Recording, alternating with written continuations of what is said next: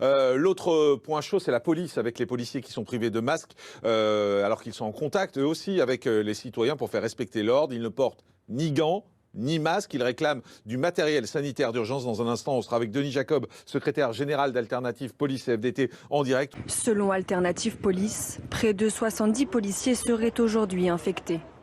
Alors avec nous, en direct, Denis Jacob, secrétaire général d'Alternative Police CFDT. Denis Jacob, bonjour. Oui, bonjour Jean-Marc Morandi. Merci beaucoup d'être en direct avec nous. On en est où ce matin? Est-ce que vous avez enfin des gants? Est-ce que vous avez des masques? Ou la situation n'a pas bougé? Alors non, ça n'a malheureusement absolument pas bougé. Nous avons eu une visioconférence hier toute l'après-midi avec le directeur général de la police nationale. Ce que nous savons, c'est qu'il y a 307 000 masques en stock et qu'un appel d'offres de marché public a été lancé hier par le service d'achat du ministère de l'Intérieur. Mais malheureusement, même en procédure accélérée, le retour des candidatures de société n'aura lieu qu'au plus tard le 6 avril et qu'il va donc falloir encore patienter plusieurs semaines avant d'espérer avoir du matériel pour l'ensemble des policiers, donc ce qui est aujourd'hui intenable pour nos collègues sur le terrain. Denis Jacob, je comprends bien ce que vous êtes en train de me dire. Vous êtes en train de me dire que l'appel d'offres n'a été lancé qu'hier soir? Oui, tout à fait. Il est consultable au bulletin officiel des marchés publics. Tout le monde peut en prendre connaissance. Et effectivement, ce marché a été lancé hier. Donc, de toute façon, aujourd'hui, nous n'avons pas la capacité d'équiper tous les policiers.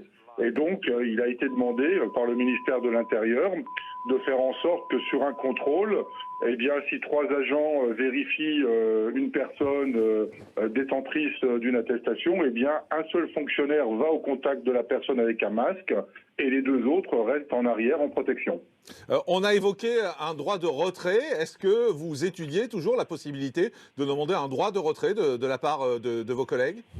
Alors depuis hier, mon organisation syndicale a lancé une mise en attente opérationnelle. Ce n'est pas tout à fait un droit de retrait parce que juridiquement, le droit de retrait n'est pas légal dans la police nationale et les collègues s'exposent malheureusement à des sanctions, mais nous avons trouvé une possibilité de faire autrement, c'est-à-dire la mise en attente opérationnelle. Les policiers continuent à faire leur travail, ils sont sur le terrain, ils sont présents, ils assurent la sécurité de nos concitoyens, mais dès lors qu'ils doivent être en contact avec de la population, eh bien, on leur demande soit d'être en retrait, soit de ne pas contrôler, en tous les cas, de ne pas être en contact direct avec la population pour éviter d'être potentiellement contaminés, ou même nos collègues qui aujourd'hui n'ont pas de protection pour eux-mêmes au sein de leur service, eh bien, peuvent être porteurs également du virus et éviter qu'ils puissent le propager auprès de la population qu'ils contrôlent. C'est à double sens, parce qu'aujourd'hui, on n'a pas la capacité de se protéger, ne serait-ce qu'entre nous,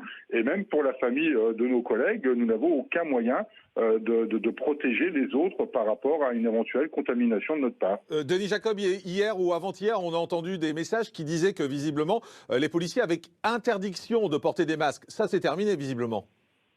Alors écoutez, moi je ne sais pas si c'est terminé à ce jour. Tout ce que je sais, c'est qu'il y a 2 jours, je les ai moi-même vus, des instructions écrites et également des ordres verbaux qui ont été diffusés sur la radio police, notamment à Paris, comme quoi il était effectivement interdit de porter des masques. Alors il y a plusieurs explications. Certains disent que ce serait trop anxiogène vis-à-vis de la population. D'autres disent que les masques qui sont en notre possession ne serviraient à rien parce que de toute façon, ils ne protégeraient pas de la contamination.